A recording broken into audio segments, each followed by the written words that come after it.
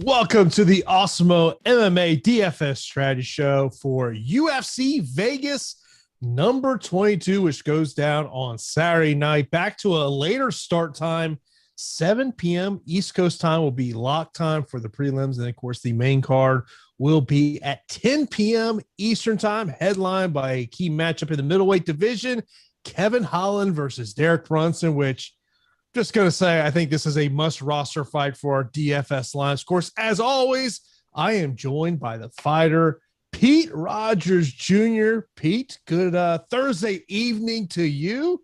How's things going, man? What's going on? What's going on, everybody? Yeah, I'm excited for the main event and co-main event, definitely. We've been spoiled lately, Jason. It's not a crazy card, but it's still a card, and there's still some spots, especially for DFS, that I'm interested in.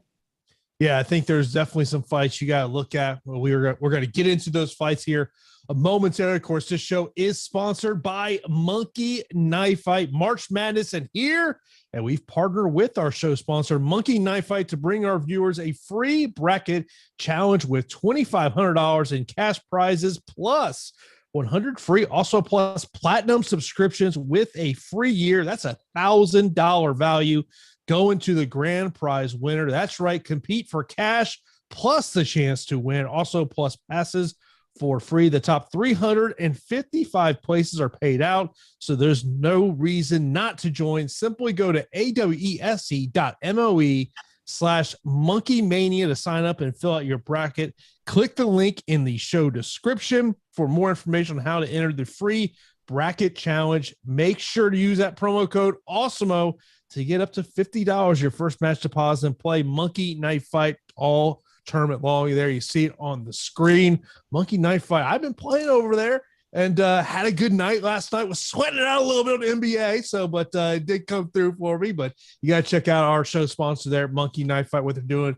Tournament is kicking off tonight with those first 4 games. And, of course, everything gets going on this weekend. But, Pete, let's get right into it. The main event, Derek Brunson versus Kevin Holland. The first thing that stuck out to me about this fight when I was looking at the DFS salaries plus the betting lines on this one, I was like, ooh, we got some good pricing on the main event. Yeah, I absolutely love it. I think the pricing has made this a must-roster fight. Either way, whichever side that you're favoring, whether you think that Kevin Holland goes out there and knocks out Derek Brunson, because Derek Brunson has been knocked out plenty of times in his career in a lot of his losses, or you think that Derek Brunson really exposes Kevin Holland's weakness, which is his takedown defense, and really kind of, puts him in bad spots, puts him on his back, similar to how Jacare Souza had him. You even think about Darren Stewart, and I think that's the path to beat Kevin Holland. It's pretty obvious what you need to do, but it's a lot easier said than done. And I do think that Kevin Holland is extremely dangerous on the feet. So I'm going to be targeting, this is a fight that I'm locking into my lineup. I don't care. There are some weeks where we're a little hesitant to pull the trigger, but this week I have full confidence that the main event's going to be a must roster fight. And there's a lot of weeks where we look at the FanDuel pricing with the underdog in the fight, and we're just like, oh, man, it's kind of pricey. But I think we're getting a good price on Derek Brunson at $16. I mean, look, I think I will have more lineups with Kevin Holland in them. I mean, obviously, I think Derek Brunson's path to victory is, I think, first off, do not come running ahead with that chin up like we have seen with Derek Brunson. But the other part of this is him getting it to the ground. But we saw when Jacare Souza took Kevin Holland to the ground, what happened.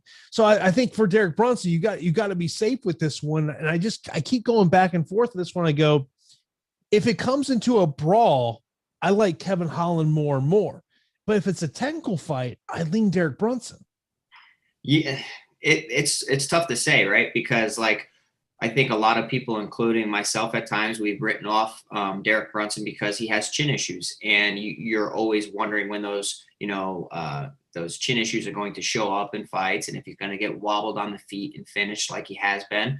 But offensively, for striking, he's very, very dangerous, packs a mean left hand. He's knocked out plenty of people himself. So there's nothing saying that he can't go out there and hurt Kevin Holland on the feet and start to mix in some takedowns. I mean, we were just, discrediting him and kind of overlooking him in that Edmus Shabazian fight. And look what he did. He pulled an awesome upset. I think he needs to go to the takedown well to really secure rounds. However this fight goes, you need to roster it. I still am favoring Kevin Holland, though. Like, I think that he's going to end up finding that chin, despite his takedown deficiencies, despite his wild approach. I still slightly favor Kevin Holland. It's a 100% fight for me on all of my lineups. If you want to be contrarian, you can definitely avoid it and hope that there are some other big finishes on the card. It can happen, and you could still have a good score from the main event, but it be kind of overshadowed by some other fights that go under the radar. So, I think that, it's a slight lean for Kevin Holland, but I'm getting to a ton of Derek Brunson. Yeah, I mean, first off, we got to give you props for your call last week in the co-main event. It was something that I wasn't necessarily all in on, but you went all in on Ryan Spann. So kudos to you for calling that one. I'm sure you were sweating that one a little bit as that fight had started. The Ryan Spann one, like, I don't know. Sometimes you just have a good feeling, you have a gut feeling, and you get a good read on a fight. And everybody's different. That's why we always say trust your gut, because like if you really feel like you have a strong lean on a fight, stick to it, because more often than not, you're catching on to something. I hit the Ryan Spann call, would have hit the Eric Anders call. I mean, 2 weekends in a row, we've seen fouls kind of just eliminate awesome performances. You think about Peter Yan, you think about Eric Anders. So having 100% Ryan Spann and 100% Eric Anders, the potential was there, Jason, and it was just shattered before my eyes. And it really upset me, but I'm glad to see that a lot of our users went out there and cashed big. Yeah, and if you had Davey Gray in your lineup, kudos to you for getting that one. Just a brutal knockout that he had there. Of course, if you ever do miss our show, particularly you miss this strategy show, it is available a part of the Awesemo Podcast Network. Just go to awesemo.com/podcast to get the links wherever you do like to listen to your podcast. Be sure to leave a 5-star rating and review on the podcast channel. Leave it with your Twitter handle or email, and you will be eligible to win a free week of Awesemo Plus Platinum. One winner will be awarded every Friday, and reviews will be eligible up to 1 year. It's always a way I check out all the content we have over here at Awesemo, whether it's this show or maybe it's our NBA strategy show, the Slate Starter podcast, which is a go-to listen for me every day. You got to check out the podcast we have over there at awesemo.com. Let's move over to the co-main event. We got Gregor Gillespie taking on Brad Riddell. You look at this fight, and this is another one. I think that this is probably going to be the winner, likely is going to be in the optimal lineup. Yes, you got to pay up for Gillespie, $9,000, $7,200 for Riddell over on DraftKings. But, this is, first off, the first time we've seen, well over a year that we have seen Gregor Gillespie. And this is a guy that, look, full disclosure, I thought this is potentially could be kryptonite. Obviously that has, we saw what Kevin Lee was able to do here, but I let me just bring the stat up here, because when you talk about this new DraftKings scoring system, I think it is made with Gregor Gillespie. When you look at the takedowns, control time, total strikes, to me, this is a system that plays well for him. So Brad Riddell's had 3 UFC fights. He has been taken down 14 times in 35 attempts. Malarkey was 3 of 15. Mustafaev was 8 for 11. De Silva was 3 for 9. Pete, I know you're going to try to sell me on Brad Riddell. This is my counterpoint. Yeah, I love it, man. I think that, you bring up a great point, and I will be hammering the co-main event. So, I will be locking in the main event fighters, at least one of them. I won't stack. So, I'll have probably around 60% ownership of the co-main event in my lineups, because I feel like if Gregor Gillespie goes out there and does his normal path to victory, which is get a hold of you, take you to the mat, rinse and repeat. Brad Riddell's decent at getting back to his feet, and he stops some takedowns. But if he's faced up against a relentless wrestler, I do worry about him kind of, getting controlled throughout the round. And yeah, maybe you have a minute of the round or even 2 minutes of the round where you're not getting taken down. But those other 3 minutes of the round, you're getting taken down, controlled, having to defend takedowns. So, I mean, Gregor Gillespie is definitely in a smash spot here at 9,000. He's going to probably be a very, very chalky play. But if you want to talk about an ultimate leverage play, I think that Brad Riddell is one of the guys, because you already know the ownership is going to be crazy on Gillespie. You have to worry, though, about a fighter coming off a knockout loss. How do they actually respond mentally more than anything? It's not so much physically. Like, I'm not worried about, are his hands going to be high? Is he going to make some technical adjustments? I want to know, how is he mentally? If he gets cracked by Brad Riddell, does that panic start to set in? And those are normal things in fighting that often go overlooked. And I think that for Brad Riddell, it's important to get respect early. Soon as that fight starts, you need to crack Gregor Gillespie right off the bat. Don't let him get comfortable, and remind him of what could possibly happen. Show that knee up the middle, feint and fake a lot to really get him to respect you. So, I know that everybody's going to be all over Gregor Gillespie, and our boy Hunter saying takedown city. Absolutely. This, he is the guy on the card that can bring his opponent to takedown city. I will be having plenty of exposure to Brad Riddell, though. That's the striker in me. I don't think like it's you can't just lock in Gregor Gillespie. I think the striker in me and how I view Brad Riddell, like, he's a very highly regarded striker, like if one of the best strikers in the entire UFC. And I think that he's only getting better each time out. So maybe he's a big guy, a strong guy. If he can defend some takedowns that kind of wear on the confidence of Gregor Gillespie, anything can happen. It's MMA. Don't ignore Brad Riddell at 7,200. And I don't mind Brad Riddell as a cash play over on FanDuel if he can stop those takedown attempts. I mean, it was kind of funny when you talked about the striker and you coming out. Maybe think about our text conversation from last Saturday night where, I'm sorry, Courtney Casey just got absolutely robbed of victory. Yes. Like it's, and I talked about this on my podcast yesterday of like, we need this transparency with MMA judging. And like, yes, Courtney Casey got taken down around, but her opponent did absolutely nothing. And that's like the problem I see in judging. And right when I literally was on the couch going, what the hell are these judges watching? Yeah. It's funny because I often find myself defending grapplers instead of being like a biased striker, because like, you know what I mean? As a striker, I have to understand just the side of grappling and the danger and how difficult some things are. So I do think that, we're starting to notice ineffectiveness in regards to MMA judging versus takedown and control. You're starting to see damage being more thought of in MMA judging. I know that John McCarthy's talked about it a lot, but MMA judging is so difficult, especially when, the fighters don't know, we don't have live scoring. I would personally love live scoring. Yeah, I mean, what fighter would not love live scoring? And maybe it's so. Obviously, we're seeing in the state of Kansas.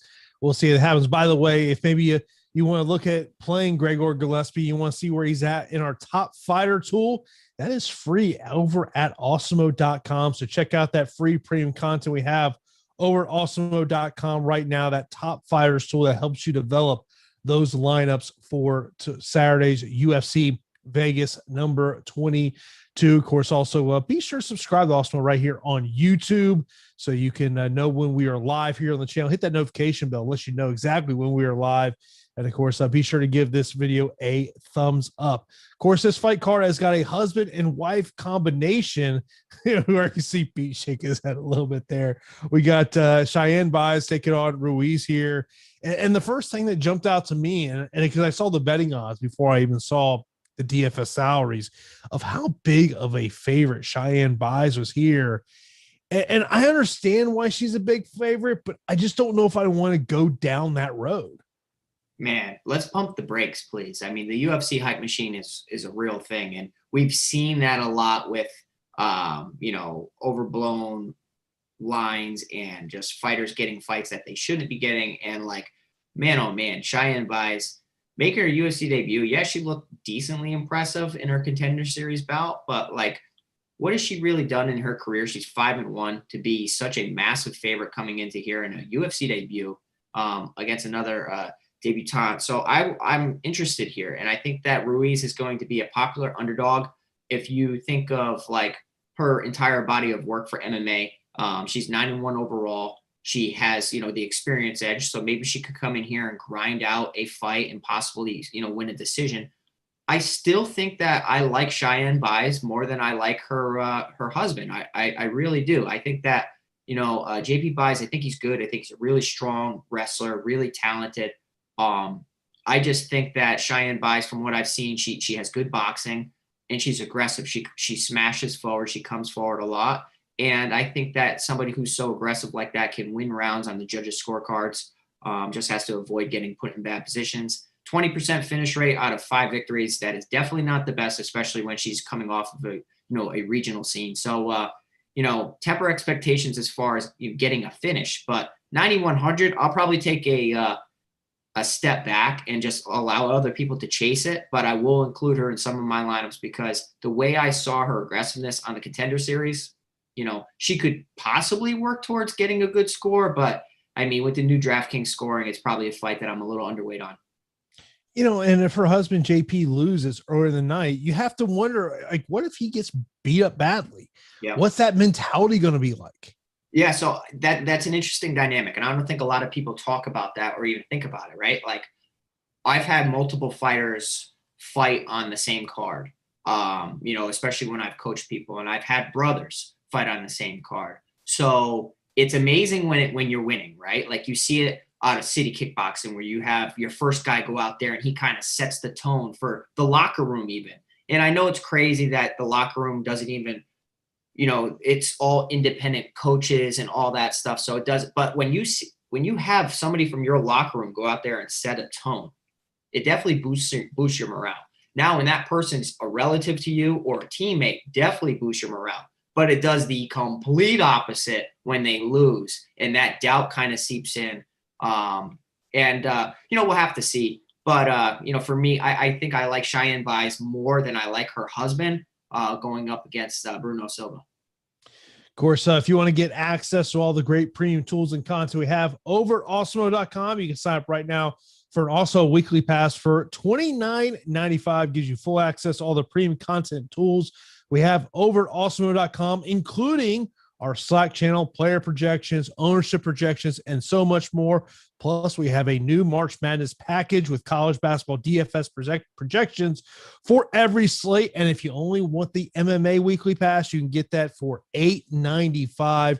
You can see it right there on the screen, how you can sign up. Go to awesemo.com/join for the pass that you are looking for. Of course, if you want to get that MMA pass, get you into our pro plays, also get you those ownership projections, which are so key in developing your lineups. As always, I'll tell you, one of the tricks I use is I look at those projections, and when we're talking about, especially on DraftKings, I look at who are the fighters under 20% ownership, and that's who I'm trying to find. Where can I find a leverage play at? Yeah, I like it. It's almost like the discussion we talk of, Jason, of who are we not talking about. And I think that's an important, view, especially for DFS. It's like, okay, who's everybody overlooking? Maybe I can gain some leverage in this particular area. And of course, don't forget Live Before Lock on Saturday, 5 p.m. Eastern time, as myself and Pete will be here breaking down these fights and answering your questions. Let's move on next to a fighter that I know we're going to be talking about a lot on Saturday. That's going to be Adrian Yanez taking on Gustavo Lopez. I spoke to Adrian about 2 weeks ago at this point. And, one of the things that his big thought process when it came to his opponent was, this guy's tough. We've seen what Adrian did on the Contender Series. We saw him doing his UFC debut, very quick finishes. That's got to be the thing of, with the toughness of Gustavo Lopez, will that first round finish maybe not materialize? Yeah, so I'm really, really impressed with Adrian Yanez. I really am. I think that his striking as a whole is very impressive. His hands especially. We've even seen him throw some awesome kicks. So I feel like he's a complete striker, and he feints a lot. He goes to the body. And those seem like, rudimentary, but they're really important and show the level of striker that you really are, because they're not so common. Everybody's a headhunter. Everybody's a brawler. But when you see somebody mixing in level changes and everything, it's just a beautiful art. So I love to see it. Now, obviously, he's up against Gustavo Lopez, who's very, very tough. Now, I think Gustavo Lopez's shot at winning this fight is to potentially grind out a close decision.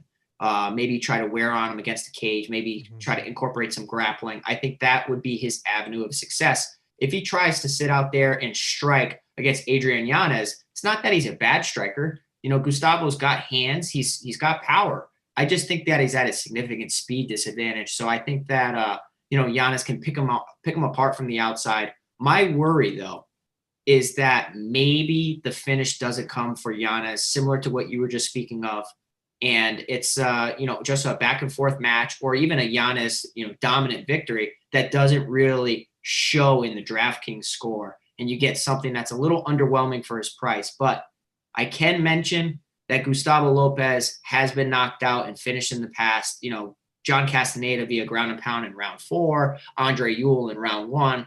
So, with all of that being said, there's no way I'm avoiding Adrian Yanez, but I'm not fully expecting a first round KO. So our sponsor, Monkey Knife Fight, this is one of the fights I've been looking at over there, and I've been looking at the significant strikes in this matchup. So they've got the number set for Yanez, 52.5, Gustavo Lopez, 30.5. Yeah, I'm probably going over. If you think it's going to be a first round finish, I think you smash the less. Yeah. On both of them. So Yanez in general, 75% finish rate. Maybe it starts to kind of come down a little bit. He's had back-to-back knockouts. Maybe in a tough matchup, you have Lopez with a full camp, definitely going to look to, survive and especially win. So I think that he has to be sharp in that. Gustavo Lopez has a 92% finish rate. So for me, it all depends on how you view the fight going. I think that it's going to go beyond round 1. And since it's going to go beyond round 1 and the volume of Yanez, I'd probably hit the over, honestly. Yeah, I think Yanez will be one of my top exposures on Saturday. Yeah. Gillespie's going to be a top exposure, and there's another fighter we'll get into that's going to be a top exposure for me. Of course, that fighter's coming up here very shortly, but let's move on to a matchup where I think really for me, it's play one side or pass on the fight. That's Max Grisham against Song Kenan. To me, this is either you play Max Grisham or you just pass on the fight. But now the concern is with Max Grisham, 9 of his 10 UFC fights have made it to the third round. So that's where you got to start looking at in terms of that DraftKings scoring system. To me, it comes down to, does Max Grisham go the takedown route, which we have seen him go in a couple of his UFC fights? Yeah, so Max Griffin against Song Kenan, 16-8 for Griffin, 16-5 for Kenan. I definitely think that the level of opposition that Griffin has fought significantly outweighs Song Kenan's. I think that Griffin's a very, very tough guy who seems to always be in close back and forth contests, close decisions, decision losses, decision wins. 63% finish rate. So on paper, it doesn't really look like a smash spot. But stylistically, this could be a very interesting spot because of Song Kenan's takedown defense. And if you have Max Griffin who decides, guess what? I need a W. I need to get back in the win column. I need to make sure that my job's not on the line every time. And when you start alternating wins and losses all the time, you don't want to be labeled as the inconsistent fighter in the UFC because you could be on the chopping block at any time. So I think that Max Griffin does utilize some takedowns, averages 1.73 per 15 minutes against Song Kenan's 45% takedown defensive rating. I think that's a nice wrinkle to add into the game and just to keep Song Kenan thinking because on the feet, Kenan is extremely dangerous. But Griffin's a talented striker, works behind his jab, good combinations.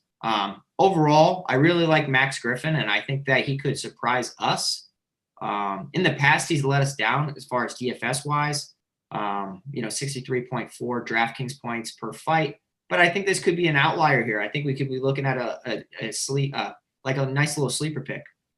Yeah, when you look at him being a 2-1 betting favorite, I think he's probably one of the betting favorites that you probably feel the most comfortable with. But if Song is able to pull the upset, how does he get it done?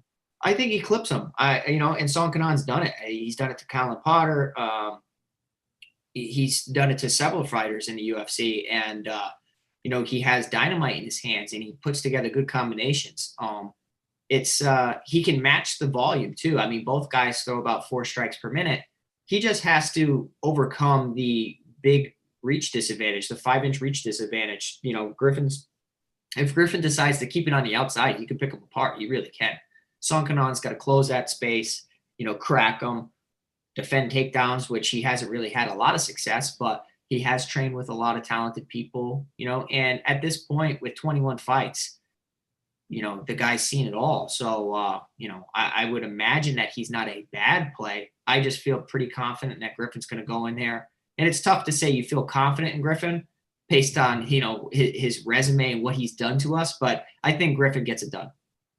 Of course, another chalk play on this card is going to be Tuivasa, who is now taking on Harry Hunsucker. No pricing from DFS is out there, whether we're talking DraftKings, FanDuel, or on Super Draft for Harry in this matchup. But we already had a price point of Tuivasa out there, $8,900 on DK, $18 on FanDuel, and he's got a 1.15 times multiplier on Super Draft. If you want to put in a champion, he's at 1.75. To me, this is going to be a smash play. I'm probably going to be way over the field on Tuivasa here, but I like him in this spot.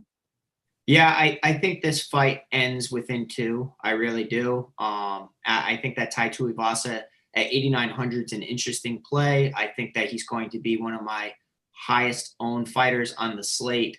$18 on FanDuel. 90% finish rate in his 11 victories. Hunsucker is 7-3 overall with 100% finish rate. And in his defeats, he has been knocked out a lot. And it goes to show you the style of fight. Like, Hunsucker likes to stand and bang. Like, in his fights, you see him throwing heavy shots. It's just sometimes he's on the receiving end of it as well. And, like, he has good power and he's more of a bully.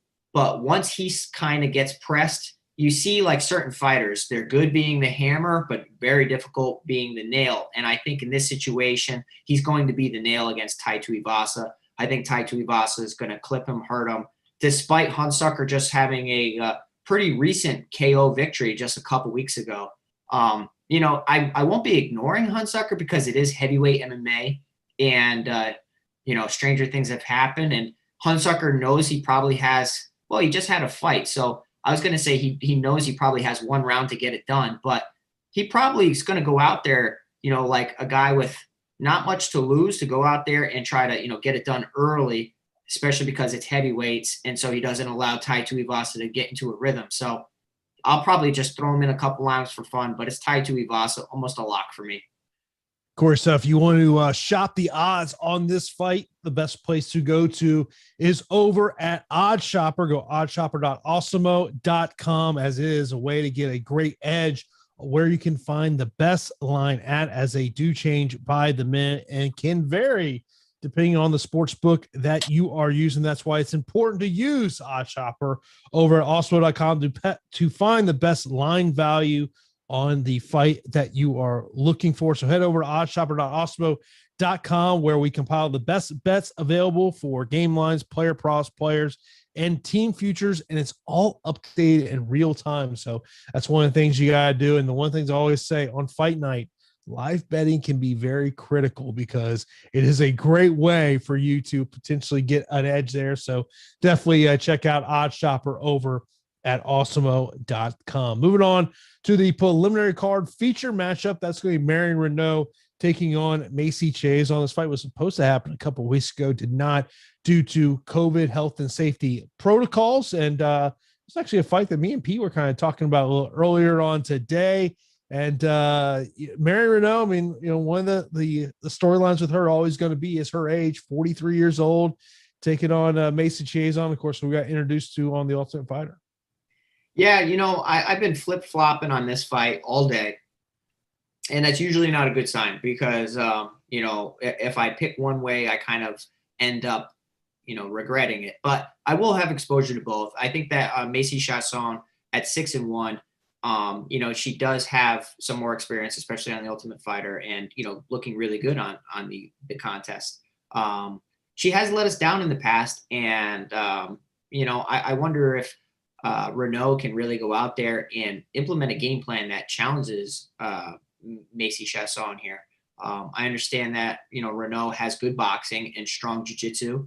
It's just, I don't really know as far as physicality, what she can do against the 5'11" Chasson. So that's a 5-inch height advantage for Chasson, 4-inch reach advantage. So that's a lot to overcome in a matchup, especially where Chasson, likes to throw a lot of straight punches, engage in the clinch, work her excellent knees to the body. I don't think that either one of these ladies really have the best takedowns. I mean, 0.97 for Chasson, 0.52 for Marion Renault, 16% accuracy for Chasson. That's pretty bad. Marion Renault stands at 71%, but we have to think of the physicality of Chasson and the height, right? Like a tall fighter can really negate a lot of takedowns based on length. Like for me, if you have long legs, you're able to spread your legs further apart, which makes it difficult for your opponent to connect their hands. You're able to really dig for underhooks and get more leverage in certain situations. It's good to be compact in some areas, and it's nice to be long in some areas. So with all that being said, Renault is a fighter we can't ignore at 7,500. Like there's plenty of other underdogs that we can ignore and we can kind of cross off, but Renault is not one of them. And I think it's just based on the inconsistencies that we've seen in some of the big women's MMA bouts. And I think this is one, that we have to pay attention to the weigh-ins. I want to see how, for all these fights, but this fight especially, I just want to see if I can get a better read on it. As we stand right now, I have a lean towards Chasson, but Renault will be an underdog that I'm circling for sure. Just saying, if you think one of these fighters is going to win by stoppage, I've got a couple of quality prop bets out there for you. Chasson by TKO KO plus 545. Renault by TKO KO plus 875. Chasson by submission plus 950. Renault by submission plus 540.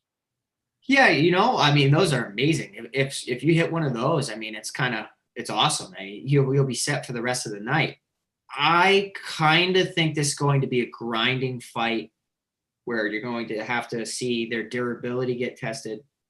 You're going to have to see their toughness get tested, their grit, and possibly see a close decision loss for one of these fighters. So maybe this doesn't really materialize into the DFS darling that we're thinking it's going to be. I'm okay with being a little underweight on it, but I'm obviously going to have exposure to both sides. I feel like we need some prop bets that you set just in female fights. Armbar from guard. Yeah, right? Armbar from guard would be like minus 110. Every fight. Yeah, not in this matchup. There's definitely a one in the Avila and Stoliarenko where, the armbar from guard is definitely possible. But in this fight, you have Chasson and Renault. I think it's going to be kind of like a battle back and forth, testing each other's will. Renault's not an easy fight. So if you look and you see 9-6, her record, she's a lot better than her record suggests, despite 43. I wish we didn't even have the age up there because that's going to really make Chasson's ownership go through the roof. You can't ignore the age, but you know what I mean? Like she's competing well, and she has been competing well at such a high age. So it's just hard to get behind somebody who's 44. Well, she's not the only 40-year-old fighter on this card. We got another one. Yeah. Leonardo Santos, who's 41 years old, taking on Grant Dawson. Grant Dawson, 8,600 on DK, 7,600 for Leonardo Santos. The thing that concerns me with Grant Dawson this one is he loves to go the grappling route, but you don't want to get into a grappling fight, especially early on with Leonardo Santos. Yeah, I love Leonardo Santos' Brazilian Jiu-Jitsu. I think that he's really strong in that area, and it's evidenced by him being such a decorated Brazilian Jiu-Jitsu practitioner. I mean, he's won so many contests and so many tournaments. It's ridiculous. He's medaled everywhere, and I think that Grant Dawson's a rising star within the UFC for sure. And I think that under the tutelage of James Krause, he's on to big things. I want to see how he is at 155 pounds against a legitimate opponent. Like, I don't want to say that Dawson's strength of schedule in the UFC has been soft, but it definitely hasn't been extremely challenging. And I think that Santos brings a legitimate challenge to the table here. The one X factor is his age, right? He's 41 years old, but he has found some amazing victories. He has power in his hands, excellent jiu-jitsu that we spoke of. This is a fight, right, where Dawson is a DFS stud. Like, he's a DraftKings stud because he takes people down and he does what, Gregor Gillespie or Khabib Nurmagomedov do. Lots of takedowns, lots of ground and pound, works towards finishes, but actually has pretty good jiu-jitsu as well. 88% finish rate. I think he's going to be a very chalky play because you're going to look at people box score watching, 101.2 average DraftKings points per fight. That is bananas. But let's be careful here because Santos has an excellent takedown defense at 88%. And I think that we've seen him stuff plenty of takedowns against strong opposition. Both guys have really, struggled with some cardio at times. I would say Santos has struggled with cardio more than Dawson, but Dawson was caught in a really, really tight guillotine against Derek Minner, which doesn't really give me the best confidence that he can avoid submission attempts from Santos here. So with all that being said, Santos is a strong underdog to consider because of what he has done. He has some big wins. I mean, a finish over Tony Martin, a finish over Kevin Lee. It's just asking a lot at 41. But if Grant Dawson can't get the fight to the ground, I feel like he's going to lose the fight standing. It's just maybe this doesn't result into an amazing DFS performance like we're thinking. Yeah, I mean, you look at Leonardo Santos. By the way, I always tell you about how you got to shop the odds. You can get Leonardo Santos as high as plus 850 to win by submission. Now, it's been like 6 years since he won by submission, but we know he's got great BJJ aspects to him. But it's, I think I have some concerns about Grant. If he does go the heavy grappling base that we have seen from him, could he potentially get caught in some? That's the only thing that does concern me with him. Of course, you got to head over to awesemo.com to check out our free premium content of the day. That is the MMA Top Fighters tool, a great tool to use as you develop your lineups for Saturday. It's a tool that I use each and every week. It's a great way to incorporate as you are putting your lineups together for Saturday night. Let's move on. Next up, we got Giles against Roman. Roman, a slight favorite in this one.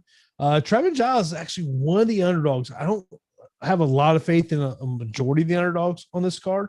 Trevin Giles is one of those ones that he is kind of someone I'm thinking of. Man, I can't blame you, right? I can't fault you. I've definitely picked Trevin Giles in plenty of spots, but I feel like he's kind of burned me more often than not.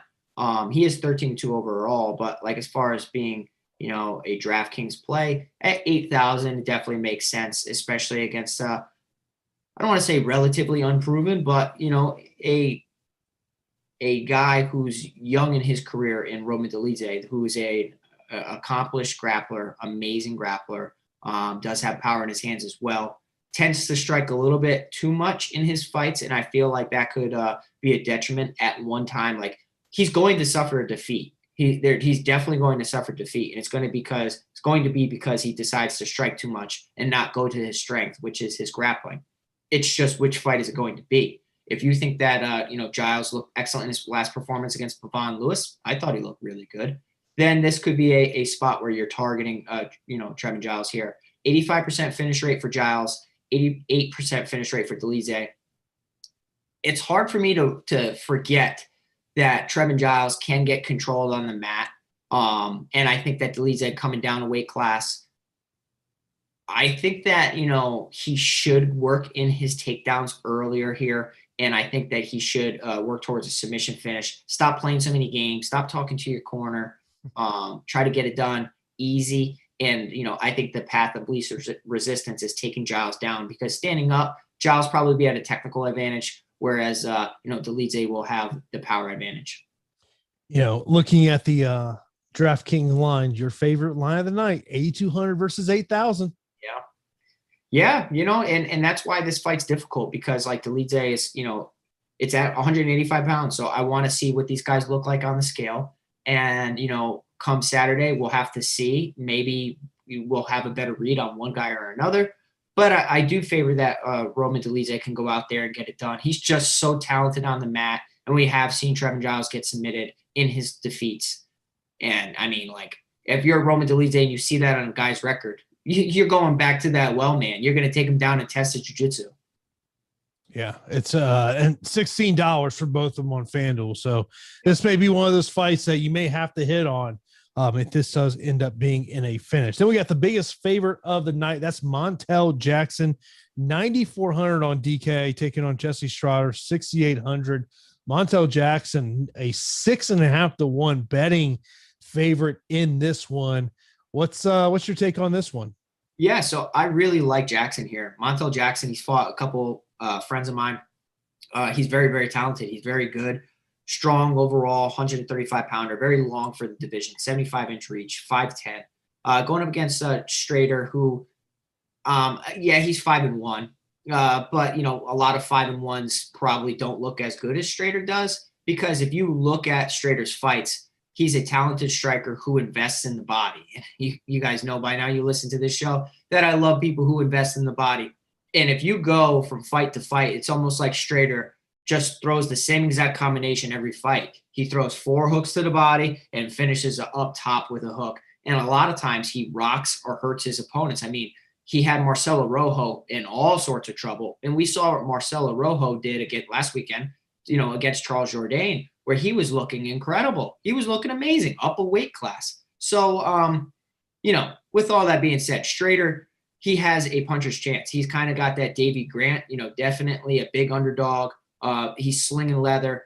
If a guy doesn't protect or he doesn't shell up like he should, a shot can land to definitely put out Jackson's lights. But as far as all facets of the game, I think Jackson can outstrike him, out-wrestle him, and work towards a finish. 9,400, he might be as close to a lock on the card that there is.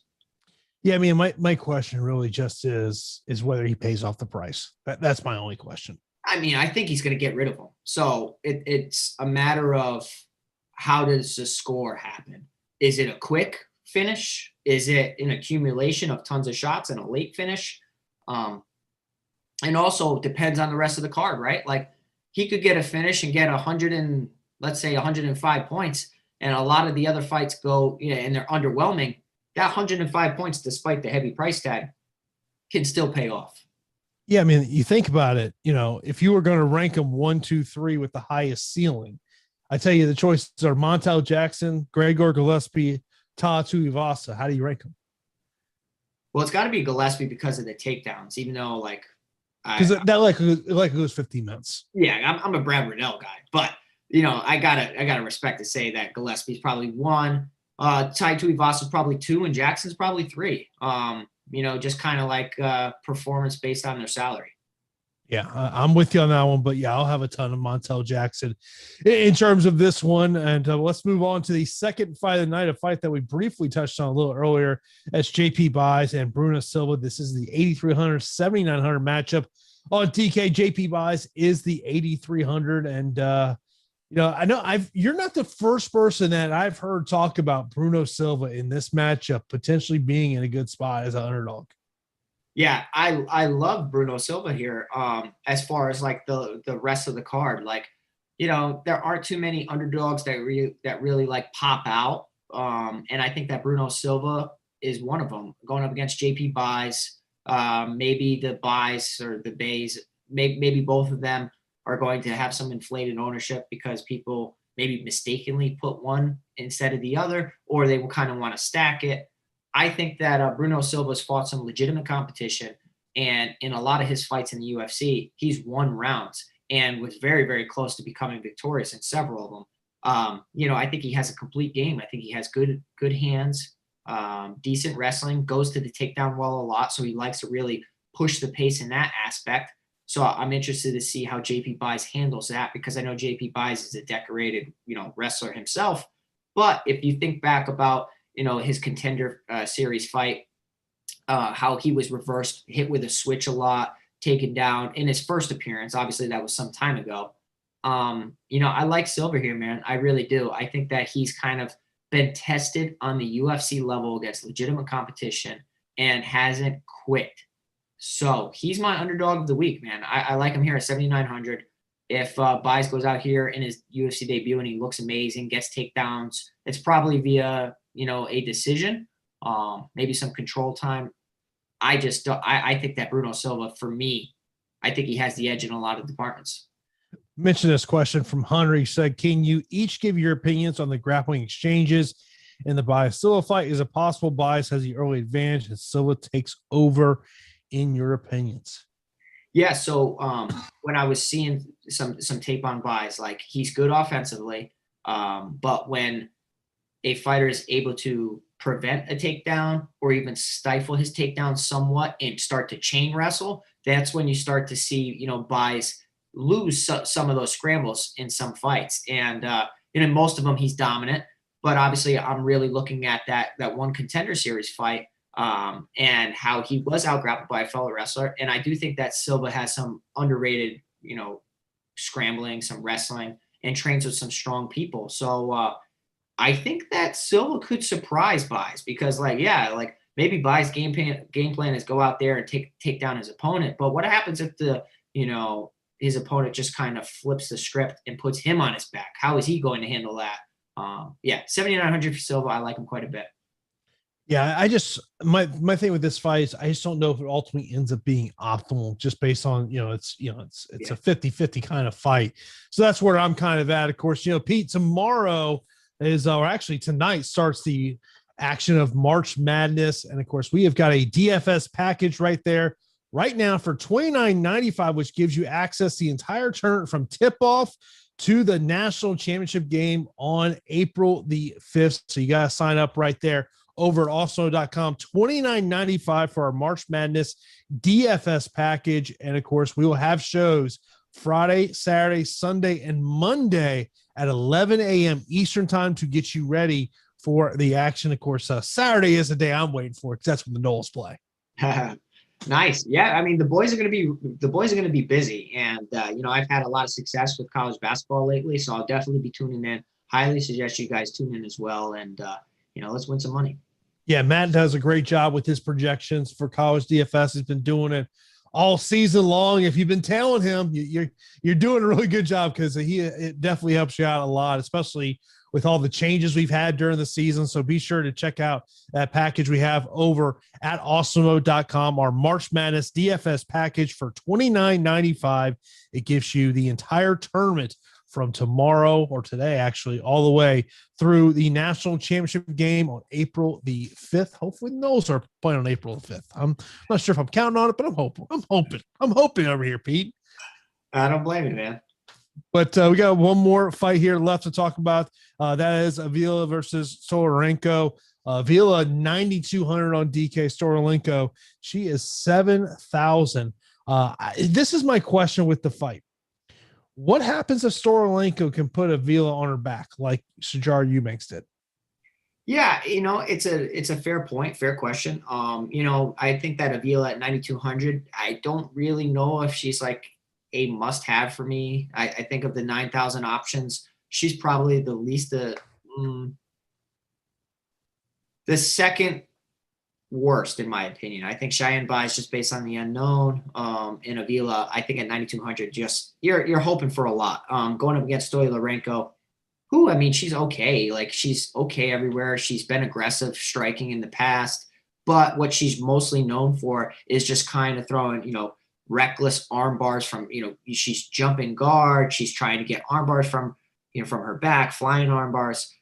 So put an asterisk on this, guys, if you're making notes, that Stoliarenko, armbar from guard is definitely legitimate. 89% finish rate for a fighter at 7,000 and $8 on FanDuel, I think is somebody that you can sprinkle in lineups. Now, Julia Avila, when she was taken down against Sijara Eubanks on her back, she did look lost, and I do worry about her trying to get back up to her feet. But I think that's maybe people are discrediting Sijara Eubanks. Like, Sijara Eubanks is talented. She just kind of hasn't put it all together. Like, she's a very, very strong grappler and fighter for the division with good hands and great top pressure. So I don't really want to hold that against Julia Avila so much. I think that, Stoliarenko should look to exploit that, put her on her back, see how she handles that. But if Julia Avila is in the clinch, I think that she can replicate what Yana Kunitskaya did. Lots of, dirty boxing, strong clinch striking, knees to the body. She keeps her chin straight up in the air, which is always a worry. But I think that, Avila should edge this fight out. But a Stoliarenko submission upset really wouldn't surprise me too much. Sprinkle in Stoliarenko, but it should be an Avila victory. Of course, if you do have any questions you want to get in here before we get out of here, be sure to line those up in our premium Slack channel or on YouTube. Of course, if you're watching us on YouTube live, be sure to subscribe to the channel, hit that notification bell, hit that thumbs up. So it really does help us out. Be sure to subscribe. As of course, we got shows here all the time. Of course, the NBA late slate live before lock is coming up next with Spags and Emax. So keep it locked here. Let's get our straight up fight picks. They are not DFS related, just straight up fight picks. I'm going to go, I'll go down mine and Pete will give his. Give me Kevin Holland, Gregor Gillespie, Cheyenne Buys, Adrian Yanez, Max Griffin, Tuivasa, give me Macy Chasson, Grant Dawson, give me Roman Delize, Montel Jackson, Pete's talked me into Bruno Silva, and Julia Avila. All right, cool. I'll go non-DFS related. I'm going to go Kevin Holland, Brad Riddell, Cheyenne Buys, Adrian Yanez, Max Griffin, Tai Tuivasa, Macy Chasson, Santos, Delize, Jackson, Silva, and Julia Avila. Tanner says, if all favorites win, which losing fighter do you think has the best chance of scoring decent on DraftKings? Got to be Derek Brunson, right? Like it has to be based on, what he brings to the table. It's 5 rounds. He has a grappling threat. I don't know if it's really this fight finishes early. I think that it could be a late finish. But I think it's Derek Brunson. He's an excellent value. Yeah, I'm just thinking about that question just in terms of if you tell me a FanDuel, I think there's certain fighters I could definitely lean towards like potentially stopping takedown fence. But over on DraftKings, man, I mean, outside of Brunson, loss. I don't know. It's tough.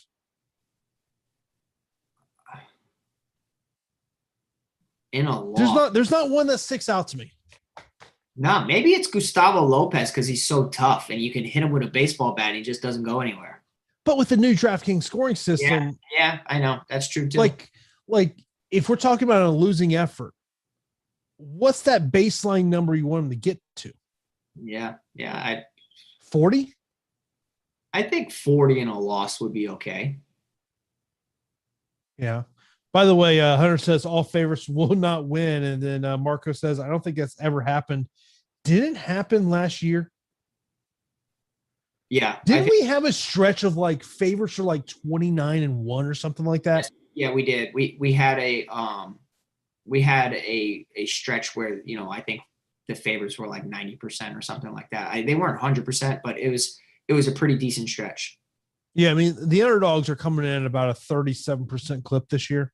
So we'll end on this one. Marco says, chances on Gustavo winning by submission. That's probably his best shot, to be honest. 92% finish rate for Lopez. I like the way Marcos thinks.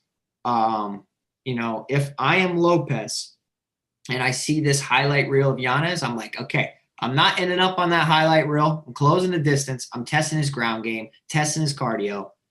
If he gets it down to the mat, I think it's definitely possible. Yeah. And of course, we'll be answering your questions on Saturday for Live Before Lock. Coming up next here on Awesemo is the NBA Late Sweat and Swap show with Spags and EMAC. Of course, thank you to our sponsor, Monkey Knife Fight. Be sure to check that out over at monkeyknifefight.com. So that's going to do it for this edition of the MMA DFS Strategy Show right here at Awesemo.com. Myself and Pete will be back on Saturday for Live Before Lock at 5 p.m. Eastern Time.